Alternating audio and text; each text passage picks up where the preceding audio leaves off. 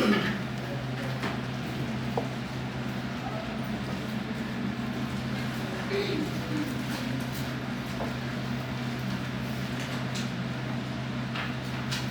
magandang hapon sa ating lahat. At buksan natin yung mga Bible in the book of First Epistle of John, 1 John chapter 2, verses 15 to 17.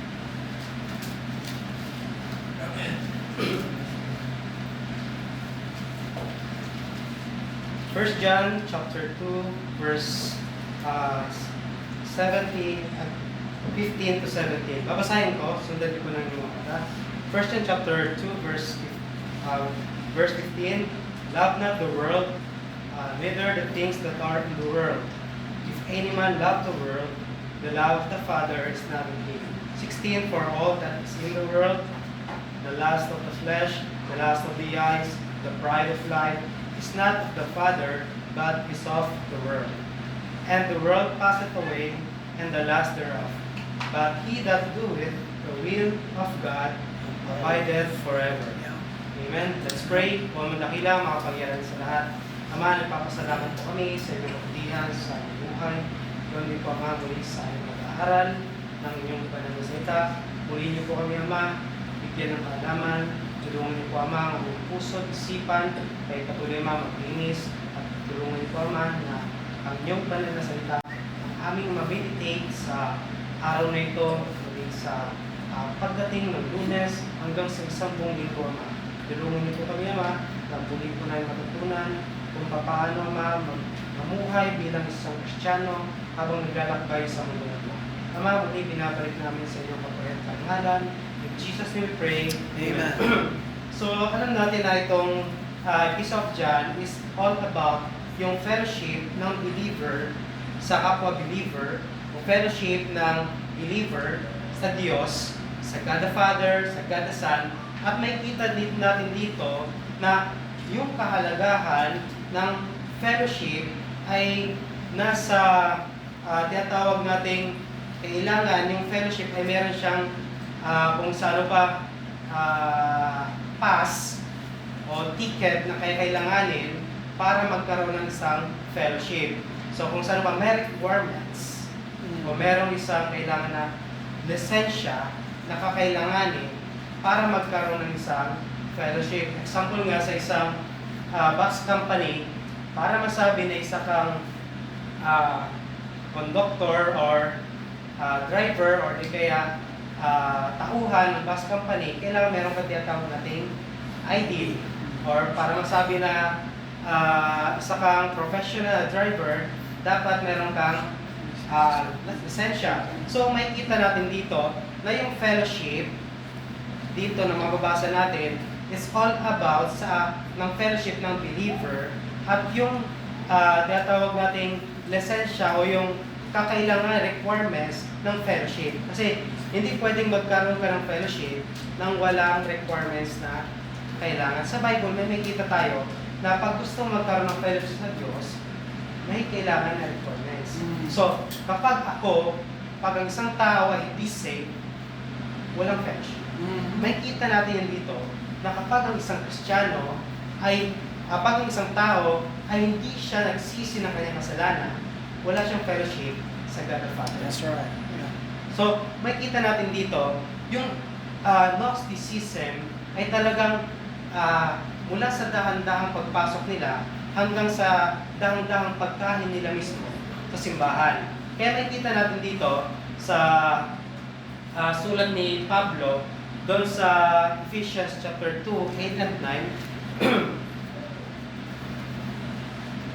So, buksan natin sa Ephesians chapter 2, verse 8 and 9. It's all about sa kung paano yung tao ay maliligtas sa magitan na biyaya. So, sabi dito sa Ephesians chapter 2, verse 8 and 9, For by grace are you saved through faith, and that not of yourselves, it is the gift of God, not of works, lest any man should boast.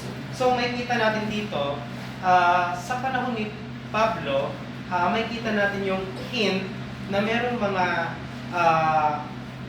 Gnostics na dahan-dahang pumapasok mismo sa loob ng church sa Ephesus. So, dahan-dahang pumapasok. So, una, try nilang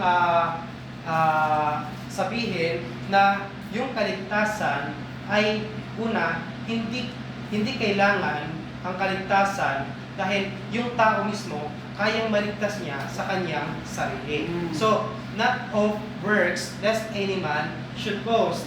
Then, doon naman makikita natin yung history ng Gnosticism na dahan-dahang pagpasok dito sa Church of Ephesus. So, doon sa Timothy chapter 4, 1 Timothy chapter 4, buksan natin 1 Timothy chapter 4, verse 1 hanggang 3. Babasahin ko, 1 Timothy chapter 4, 1 to 3.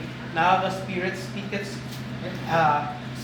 expressly that in the latter times some depart from the faith, giving heed to seducing spirits and doctrine of devils, speaking lies and hypocrisy, having their conscience seared with hot iron, forbidding to marry and commanding to abstain from meat which God hath created to be received with thanksgiving of them which believe and know the truth. So makikita natin dito na yung tinatawag natin Gnosticism ay meron siyang branch.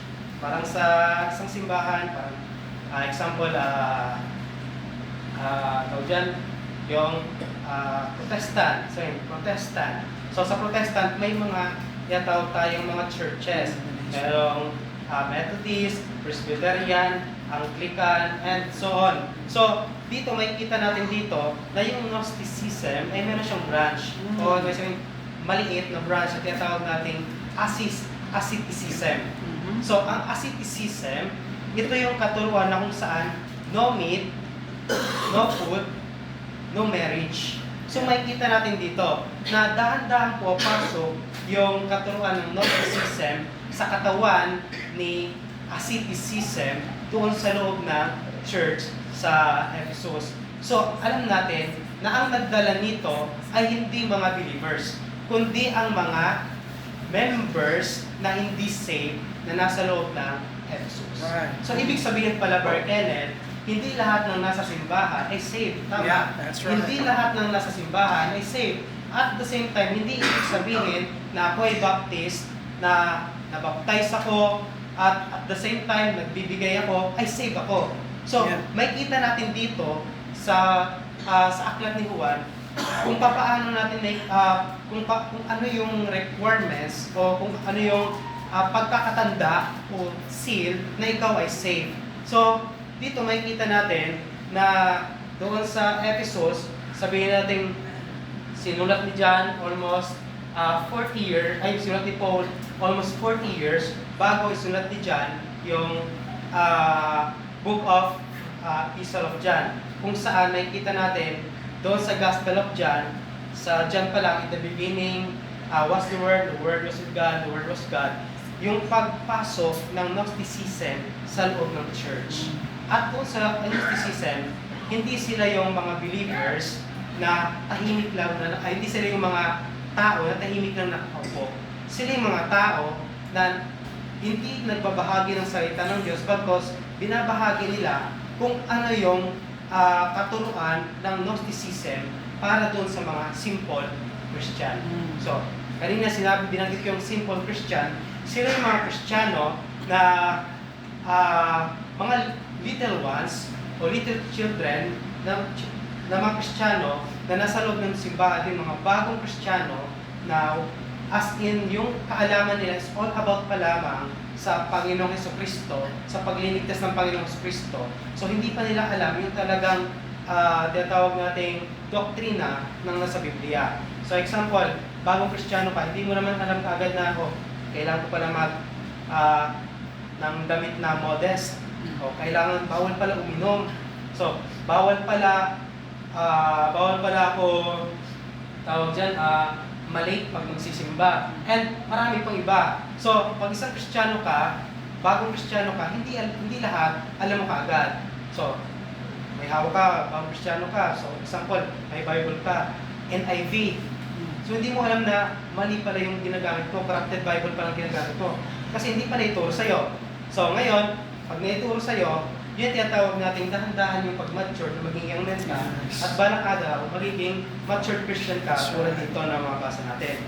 So, sa pagpasok ng mga Gnosticism, ginamit nila yung word na yung asceticism at meron tayong tinatawag din na Doceticism. So, yung Doceticism, sila naniniwala yung si Jesus Christ, napako siya doon sa cross, pero illusion lang yun. Yes. Yun, totoo. Illusion lang yung pagkapako ni Jesus Christ doon sa cross.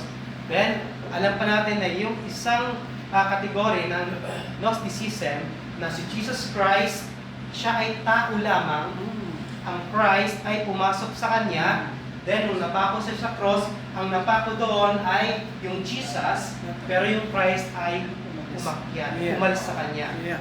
Yun yung pagkakamali at yun yung maling katuruan na dahan-dahang pumapasok sa loob ng church sa Ephesus. Yeah. So isipin nyo yun, yung nangyari pagpako sa ating Panginoong Yesu Cristo, illusion lang. So dahil illusion lang yun, hindi natin kailangan magsisi ng kasalanan. Hindi natin kailangan manampalataya sa Panginoong Yesu Cristo. Illusion lang yun eh. Walang katotohanan yun. So makikita natin dito na after John, sabihin dito sa 1 John, then dito tayo ngayon sa ating pag-aaralan which is in 1 John chapter 2 verse 15, love not the world, neither the things that are in the world. If any man love the world, the love of the Father is not in him.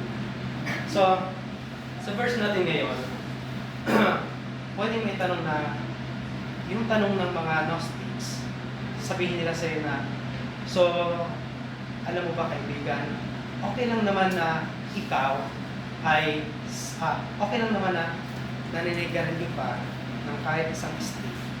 At the same time, nagsisimpa ka. Okay lang naman umiinom ka ng isang maliit lang na pag-inom. Isang tunggala. Isang maliit na shot. Yun. Isang maliit lang naman yan. Hindi ka naman makamoy ni brother. Hindi ka makamoy ni pastor. So okay lang yan. So, nakikita natin dito na yung pagmamahal sa mundo ay dahan-dahan yan. So, hindi yung nangyari sa yung bigla ka na lang nawala. Yung dahan-dahan yung pagkakawala. Dahil una, yung pagkawala sa church, either, yung kanina sinabi ko, isa kang apostate, hindi ka saved, or isa kang backslider. So, may kita natin dito, love not the world, neither the things that are in the world. So, sabi nila, it's okay to live like a world. Okay, worldliness. So, it's okay to hang out, drink alcohol. It's okay to love the world since you only live once. Okay lang. Mamuhay sa mundo, magpakasasaw sa mundo. Minsan lang naman ang buhay. So, mangyayari, simba ko linggo, then Lunes hanggang Saturday, punta ako dun sa bar, punta ako dun sa mga SM o kung saan sa mga lugar. So, basta linggo para sa Panginoon. So, dito makikita natin na sinasabi ni John sa mga believers na sa Ephesus, love not the world. So, ibig sabihin, love not the world. So, ano yun natin, simula sa verse 7 hanggang 11, makikita natin yan yung pagmamahal, pagmamahal sa sarili. Kaya ang sabi ni John, para hindi mo mahalin ang sarili mo, mahalin mo ang kapwa Christian. That's right. Then dito, makikita natin dito, para hindi mo mahalin ang world system, makikita natin dito, love not the world, neither the things that are in the world. Yeah. So, ibig sabihin, lahat ng mga nasa mundo, tatawag natin worldliness. Ito yung, ang pagmamahal sa mundo, ito yung, inuuna mo yung gadget kaysa salita. Diba? So, sino ba dito yung pagising sa umaga, gusto ng basang Bible, gusto mong basang Bible. Gusto ko yung talagang may systematic na pagbabasa. O, babasahin ko ngayon dyan. Sino dito yung pagising sa umaga, gusto talagang makausap ang Diyos. Yung tao, yung old nature natin, hindi nais. That's right. Hindi nais ng old nature natin na tingin mo, yung old nature natin, Kenneth, gumising ka na at magbasa ng Bible kasi para mapurihan ng Diyos. Hindi yun nice ng old nature natin. Ang nice na old nature natin, o Kenneth, pagising mo, mag-cellphone ka. Then, tingnan mo baka may nag-message sa'yo. Tingnan mo kung sino yung, may bagong labas na bag, may bagong labas na cellphone. So, bawat taon may bagong cellphone na labas. So, yung pagmamahal sa mundo, yung dahan-dahang pagtalikod sa Diyos, is hindi nagsisimula yun sa biglaang isang laki. Wala na kagad siya. Nagsisimula yun, una, sa salita ng Diyos. Yes, that's Kaya nga right. sa Bible, may kita natin ilang beses, isipin mo yung buong Psalm, about yun sa salita ng Diyos. Yung sulat na, yung awit sa Psalm, about yun sa pagmamahal, paano i-meditate yung salita ng Diyos. Sabi ni David, simula umaga, madaling araw, umaga, tanghali, gabi. So makikita natin yung pag-meditate ng salita ng Diyos. So dito, love not the world, neither the things that are in the world. So Gnostics twist and confuse the word love. So sa panahon natin ngayon, yung word na love, yung tinatawag na pride. Pride man, kasi love man, pride man. So tinitwist si Satan yun. That's right. Yung word na love. Then, Gnostics teach that love for brethren and the world is acceptable. Ibig sabihin, nagsisipaw linggo, then, pag Lunes, nagiinom ako. O, nagsisipaw linggo, umaawit ako sa Diyos, pagkadating ng Lunes, nanigarilyo ako. O, nagmumura ako. So, isipin nyo, umaawit ka, nagpupuri sa Diyos, yung bibig mo tuwing Sunday, then pagdating Lunes, pagmumura. So, love not the world, neither the things that are in the world. So, alam ni John kung ano ang nangyari sa panahon ni Adam and Eve. Alam ni John at mismong nabasa ni John kung ano ang nangyari nung panahon ni Eve at ni Adam. So may kita natin, ano pa nangyari sa panahon ni Adam and Eve? Una, yung pinagbabawal na prutas ay kinain nila. Then, dahil doon ay merong naging resulta sa ginawa nila. At yun nga yung kasalanan. So may kita natin na yung kasalanan na yon, hindi yun agad na isang malaking kasalanan. Nagsimula yun sa pag-disobey sa salita ng Diyos. Hindi yun dahil uminom sila ng pinagbabawal, kundi dahil ito yung sinasabi ng Diyos na dapat sundin, hindi nila sinunod. So, love not the world, neither the things that are in the world. So, ito yung tinatawag nating word na worldliness. Ang kabaliktaran ng holiness ay worldliness. Pag ang Kristiyano ay hindi namuhay sa kabanalan, mamuhay siya sa sanlibutan.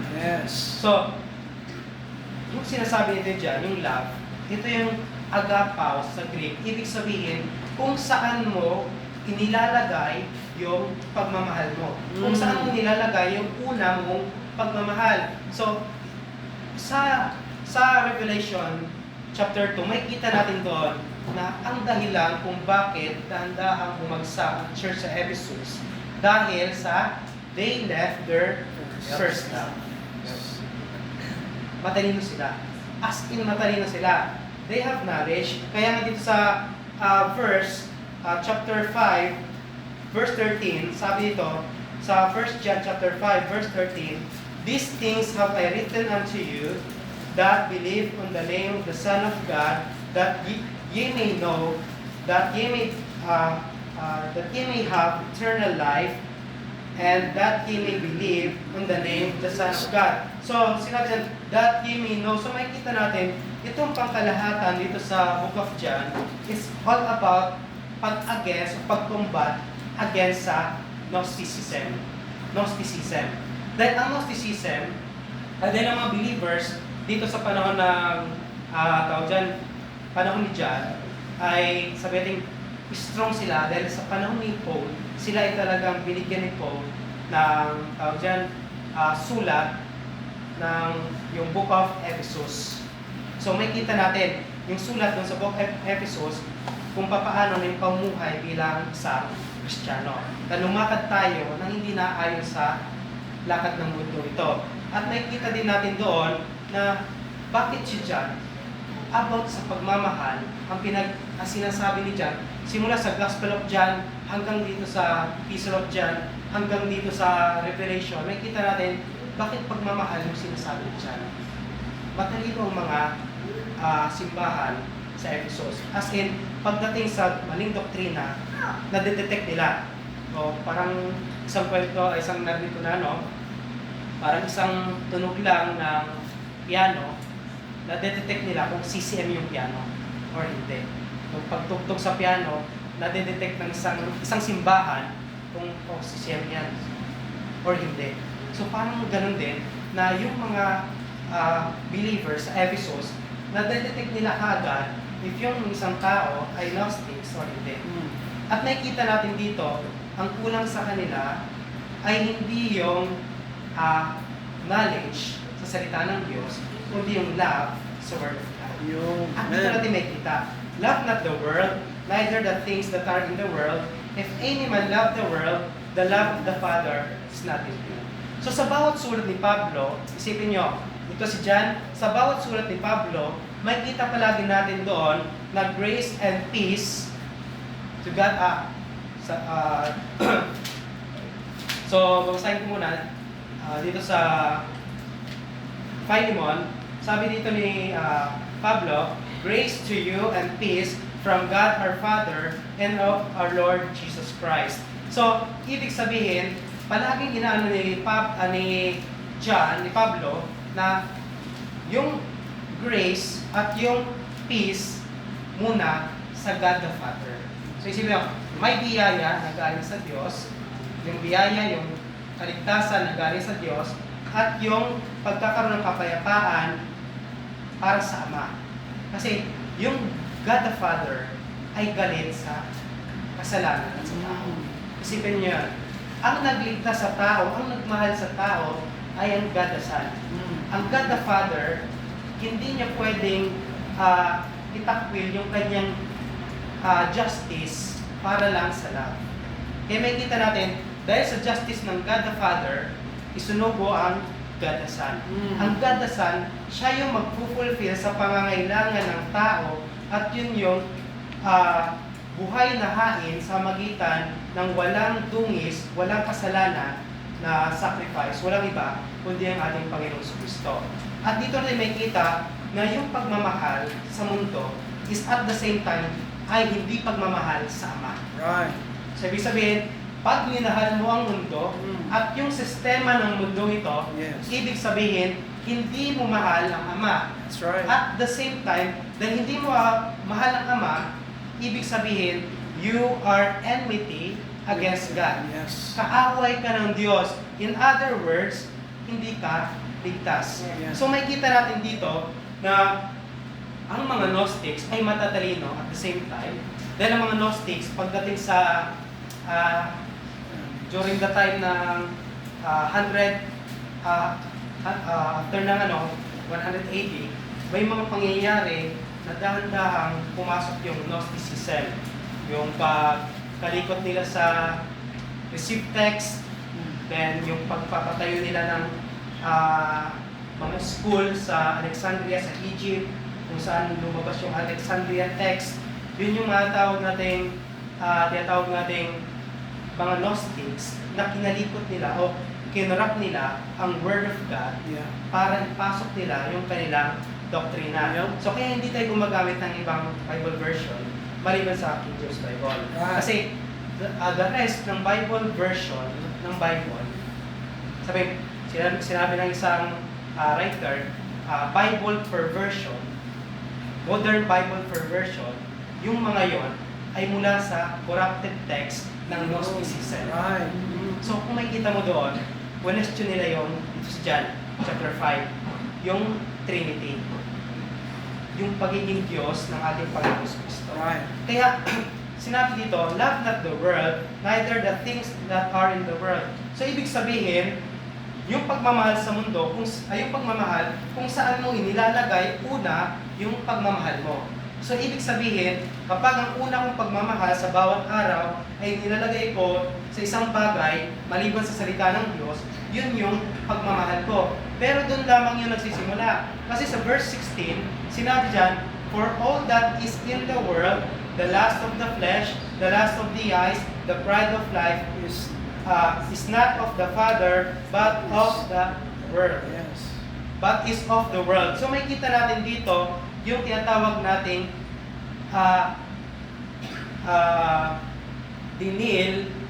nakipag-deal si Satan kay Eve. Yes. Sabi ni Satan kay Eve, alam mo ba, pag kinain mo to, magiging matalino ka, Sisem. Then sabi ni Satan, alam mo ba, pag kinain mo to, ay para ka magiging Diyos. Yes. Alam mo yung tama at mali. So, Gnosticism. At nakikita natin doon yung prides, yung lust of the flesh, lust of the eyes, at yung pride of life. So, yung isang Kristiyano, bago niya i-leave yung church, dahil siya ay, example, yung isang Kristiyano, bago siya mag-backslide, hindi agad yung bigla na lang siya mawala. Una, nag-backslide na siya sa kanyang puso. Yep. Ibig sabihin, nag-backslide na siya sa Word of God. Yep. Said, he lived or she lived, they lived the Word of God and they love the Word. Ibig sabihin, they live, iniwanan nila yung salita ng Diyos. So may kita natin dito, he that keepeth His commandment. Yep. So, keepeth. Then, may kita natin dito, una, iiwanan niya yung salita ng Diyos. Then, iiwanan niya yung pagmamahal sa kapwa niya Kristiyano. Yun. At iiwanan niya ang Panginoon. Yep. So, then after nun, aalis siya at mamahalin niya ang ano. May maganda example tayo makikita dito sa Bible na ang pangalan ay Demas. So, si Demas. Yes. So, may kita natin, almost sabi natin 20 years bago isunod ni John. Itong book of, Epistle of John, Gospel of John, may kita natin itong si Demas. Sigurado ako na may knowledge siya dyan sa nangyari doon kay Demas. Dahil, syempre, mabasa niyo yung mga letter dyan, ay letter Pablo, sa mga churches. So, may kita din natin na itong si Demas, sa Philemon, then sa Colossians, may kita natin siya doon na ginigit niya yung mga believers. Yeah. Demas, with you. Then, pagdating, after sabi natin 3 to 5 years, sabi ni Timothy, sabi ni Pablo sa 2 Timothy, basahin natin, 2 Timothy,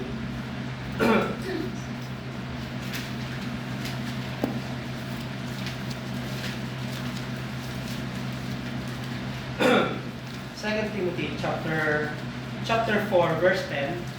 2 Timothy chapter 4 verse 10. Sabi dito, "For Demas hath forsaken me, having loved this present world." So isipin mo, nasa loob, nasa inner cycle si Demas. Sabihin, kasama niya yung si Pablo, kasama niya si Luke, kasama si John. Isipin mo, nasa loob mismo si Demas. Pero, sabi ng Bible, Demas loved his present. So, nakakarinig yung salita ng Diyos. Sino pa yung isang example na may kita na sa Bible na nasa inner cycle mismo siya? Si Judas. Diba? Si Judas, nakapakinig siya ng salita ng Diyos na mismong Diyos yung nagsasalita. Meron siyang mga kasama sa fellowship. So, kasama yung Jesus Christ. Pero may kita natin doon na hindi siya saved. So, may kita natin na itong si Demas, sinabi ng Bible, he loved his present world. Ibig sabihin, yung kanyang pagmamahal na dapat ibibigay sa Diyos, ibinigay niya sa mundo. At hindi lamang sa mundo, may kita natin dito sa 1 John chapter 2, balik tayo, verse 15, "Love not the world, neither the things that are in the world." So, mamahalin yung mundo. Paano yung pagmamahal sa mundo? Sabi dito, "Neither the things that are in the world." So, ano ba yung mga mga things na nasa mundo. During that time, ni John, yung sa Ephesus, may mga entertainment ang tinatawag. Entertainment. At yung entertainment sa panahon dyan ay nasa Temple of Diana. So, doon sa Temple of Diana, maraming mga entertainment doon. Either sugal, or babae, at iba pa. Andun mismo sa Temple of Diana. Kasi sa panahon dati, yung temple, hindi lamang siya for worship, kundi for entertainment, for trading, makipag-trade ka, barter. Example, nais ko ng ginto, ang kapalit ay babae, nais ko ng ginto, ang kapalit ay mga tao dyan, alak. So, doon ka pupunta sa mga temple. Right. So, yung mga temple na yon, andun lahat ng kalaswaan, kasalanan, at kasamaan. Kaya sinasabi dito dyan, believers, mga saved, mga little ones, mga young men, mga fathers, love not the world. So kung mabasa natin simula, about to sa little ones, sa young men and fathers, love not the world, neither the things that are in the world. If any man love the world, the love of the Father is not in him. So basahin natin dito sa chapter 4, verse 4, verse 4, sabi dito, ye are of God, little children, and have overcome them, because greater is He that is in you than he that is in the world. Amen. So isipin mo, kung ikaw, sinasabi mong Kristiyano ka, ngunit mahal mo yung mundo, kung ginagawa mo yung ginagawa ng mundo, so questionable. Kasi sabi ni John, ye are of God, little children, and have overcome them. So ibig sabihin, kapag ikaw ay saved, i-overcome mo yung pagmamahal sa things na nasa mundo. At the same time, sinabi dito, because greater is He that is in you than he that is in the world. Amen. So, may kita natin dito na sinasabi ni John na kapag ikaw ay nakareconcile sa God the Father, it's impossible na mamahalin mo pa yung mundo.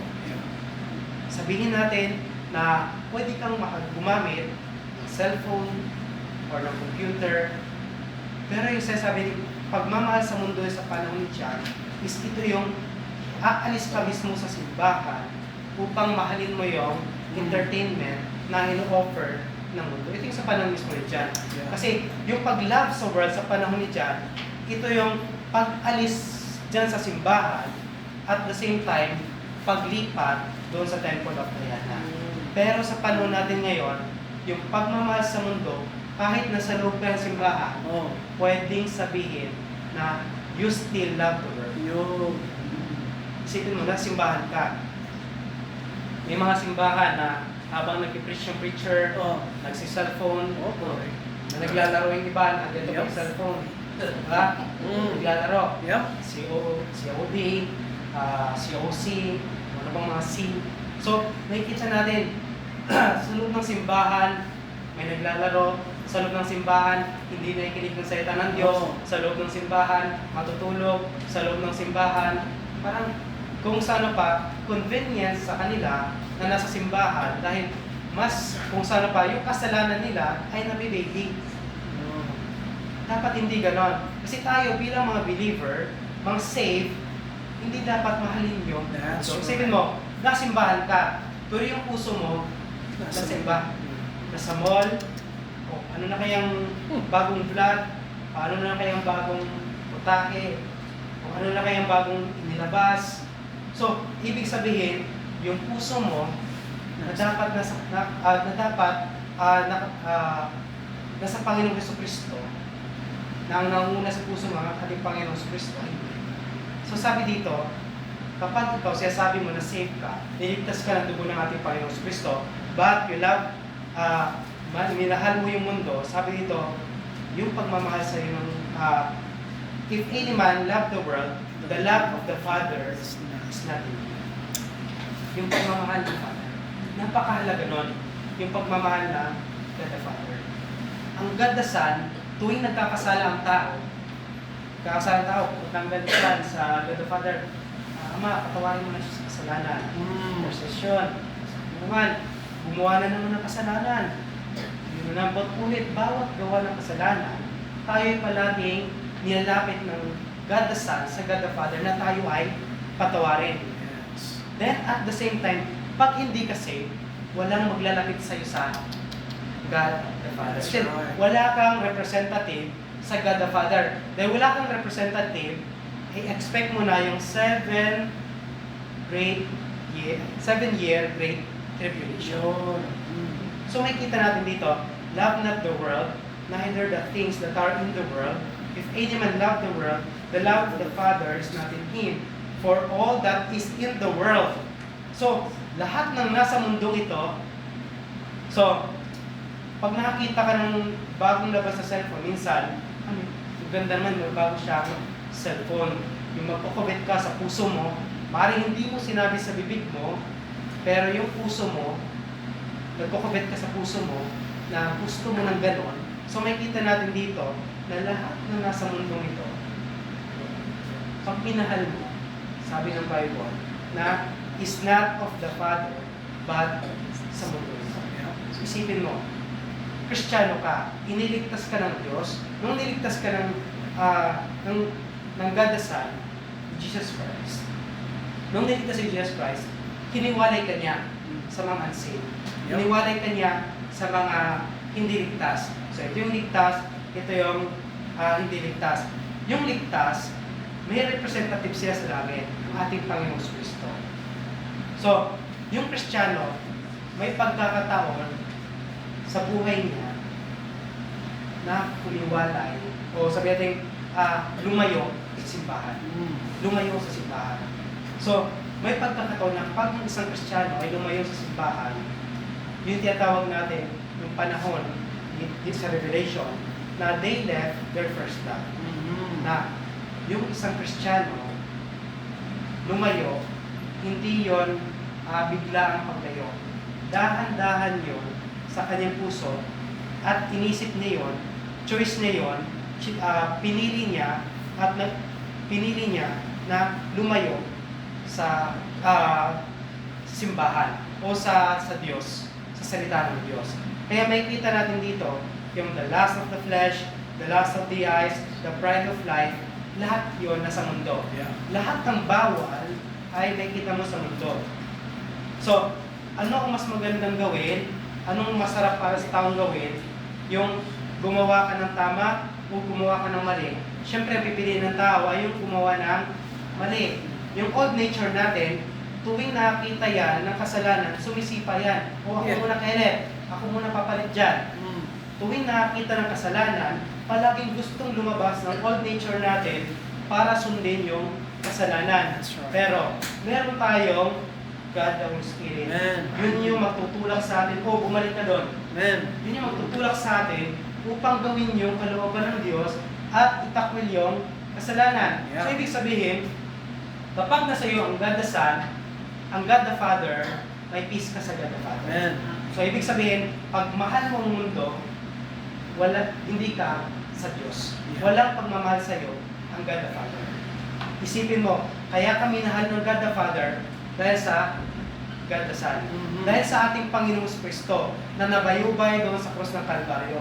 Kaya dito sa napag-aralan natin, yung mga Gnostics ay hindi nila mahal yung Diyos. At the same time, wala naman talaga silang relasyon doon sa Diyos. Kung nabasa natin kanina, yung salitang no o known, ito yung agnosis na ibig sabihin, ako na isang Kristiyano ay meron akong relationship sa Diyos Ama sa pamamagitan ng Panginoong Kristo. So ibig sabihin, merong bago ko gawin yung isang kasalanan, merong maghihila sa akin upang ibalik ako sa paggawa ng tama. That's right. Pero dito makikita natin na yung mga Kristiyano, yung little ones, yung mga young men, fathers, sinabihan na love not the world, neither the things that are in the world. If any man love the world, the love of the Father is not in him. For all that is in the world, so the lust of the flesh. So isipin mo, the lust of the flesh sa panahon ni Eve, the lust of the eye. So, maganda siyang kainin. Yes. Good for food siya. Pwede siyang kainin. Yeah. Then, pag kinain ko to, para pa ako magiging Diyos. Sa panahon natin ngayon, yung mga kasalanan ay nagmumultiply. So, sa Bible, may kita natin na nung nilikha ng Diyos ang mundo, in perfect environment, walang ulan, walang ulan.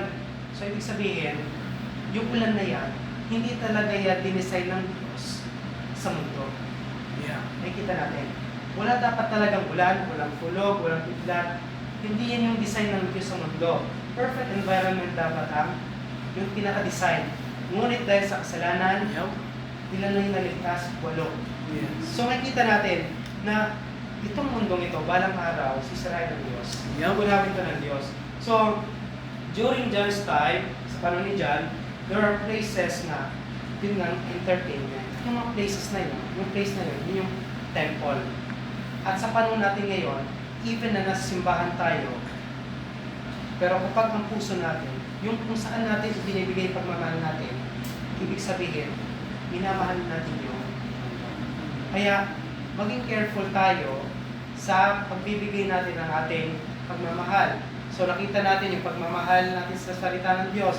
Sabi ni John, he that keepeth his commandment. At the same time, pag ikaw ay tinake mo yung kapatid, hindi ka sa Diyos.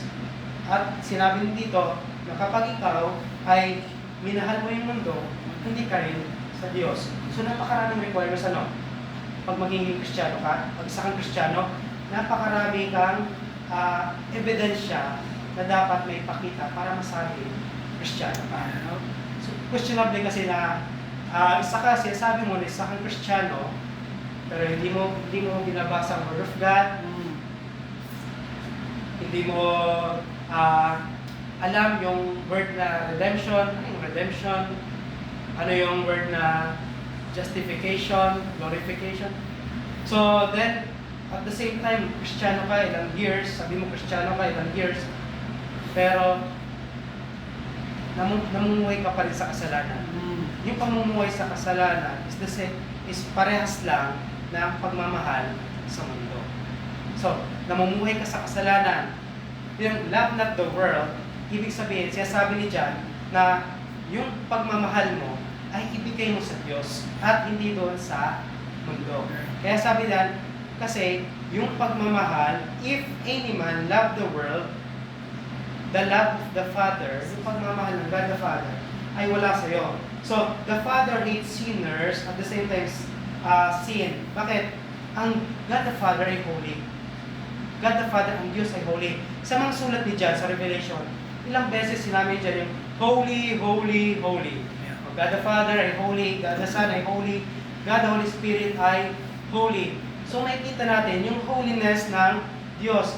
Bakit yung kanyang niligtas ay namumuhay sa mundo? Samantalang niligtas niya. Kung may fellowship ka sa Diyos, kung may relationship ka sa Diyos, alam mo yung kunting, yung pagbabasa ng Word of God, yun yung makakapag sa'yo na mali yung ginagawa. Yung discernment, yung word na discernment na nasa maling daan na ako.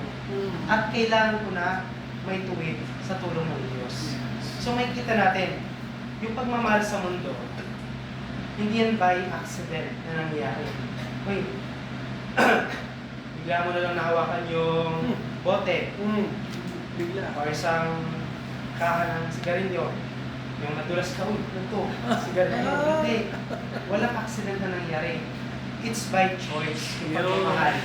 So, choice. Ibig sabihin, dahil pinili ko na mahalin ang mundo, ibig sabihin, hindi ako safe. So, ito may kita natin dito eh.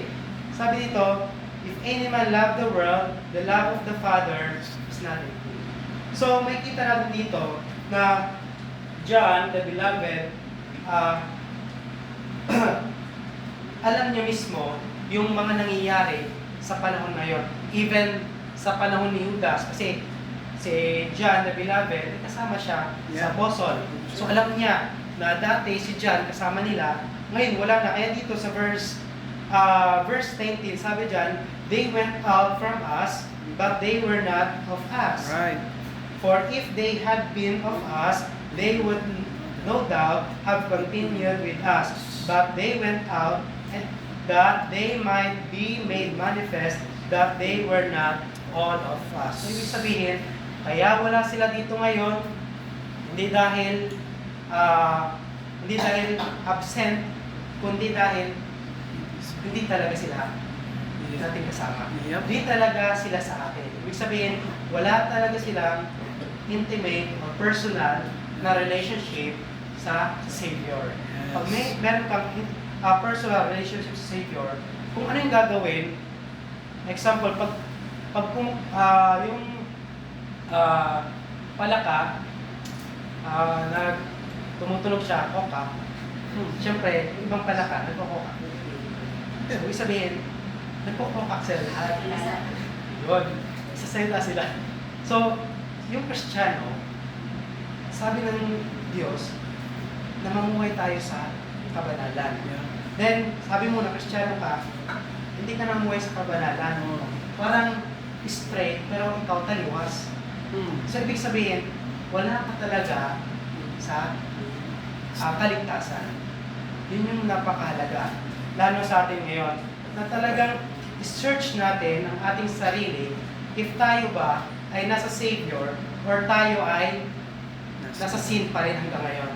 So, verse 17, and the world passeth away, and the last thereof, but he that doeth the will of God abideth forever. So, makikita natin na itong mundong to, pansamantala lang to. Kaya nga sa Bible, example, si Abraham, pilgrim siya, stranger siya, doon sa land of Canaan. At nakikita natin doon sa land of Ur.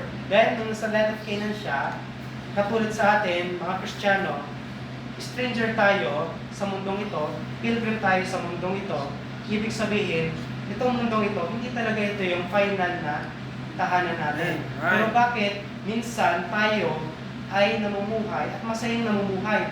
Masaya namumuhay na kasama yung mundong ito. Yung ka-fellowship natin, hindi naman natin kapwa-Kristiyano, nagiinom, tapos kasama, isa ikaw pa yung inutusan na bumili ng inumin o sigarilyo, ano pa man. Pagdodroga, yung mga kaibigan natin. So yung nasa cycle ng kaibigan natin, hindi talaga kung saan pa, yung fellowship, nakikita natin, yung pinaka team nito ay yung fellowship. Yung fellowship ng believer, paano masabi na yung fellowship sa God the Father kung ikaw ay namuhay sa mundong ito? Or ginagawa mo yung ginagawa ng mga unbeliever.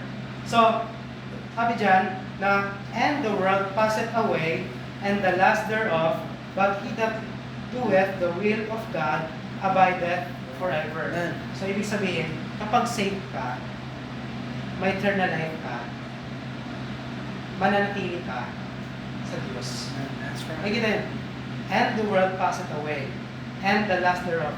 If unsaved ka, hindi ka nag-repent ng kasalanan mo, hindi ka na nampantay sa Panginoon sa Kristo, sabi dito, the world, pati itong last, magwawakas. That's right. Ngunit, pag ikaw ay saved, meron kang eternal life, sabi dito, sabi ng Bible, but he that doeth the will of God abideth forever. That's right. Dahil meron kang eternal life. Amen. Tandaan mo na yung fellowship sa God the Father at yung fellowship sa bago ka magkaroon ng fellowship sa God the Father, sinabi ni dyan dito, dapat meron kang right na fellowship sa kapwa mo believer.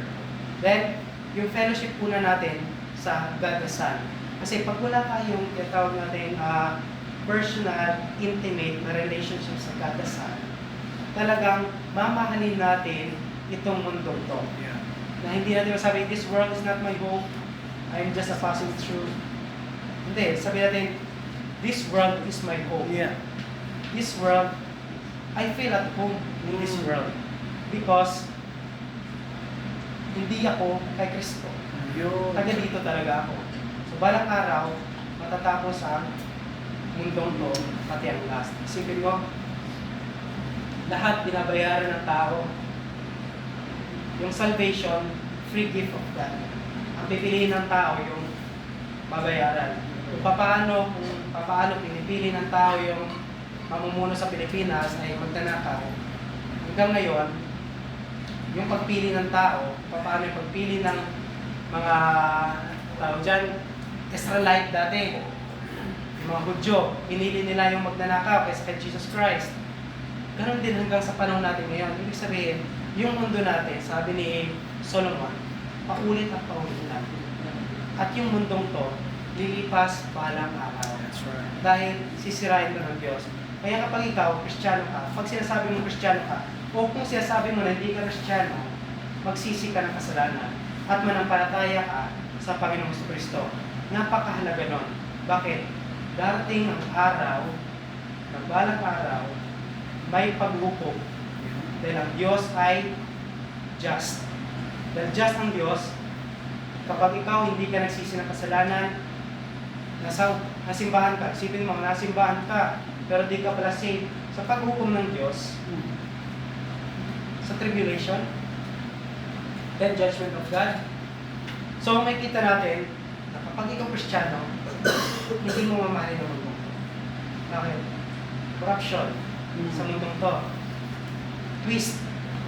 Pag-twist sa mundong to, makikita mo na halos lahat, yung pag-monopoly, mula sa business, hanggang sa, isipin mo, hanggang sa Bible natin, lahat, makikita natin yung, halos lahat, makikita natin na yung pag-twist ni Satan sa mundong ito, sa leader ng mundo ito, ay paghahanda lamang sa darating na tribulation.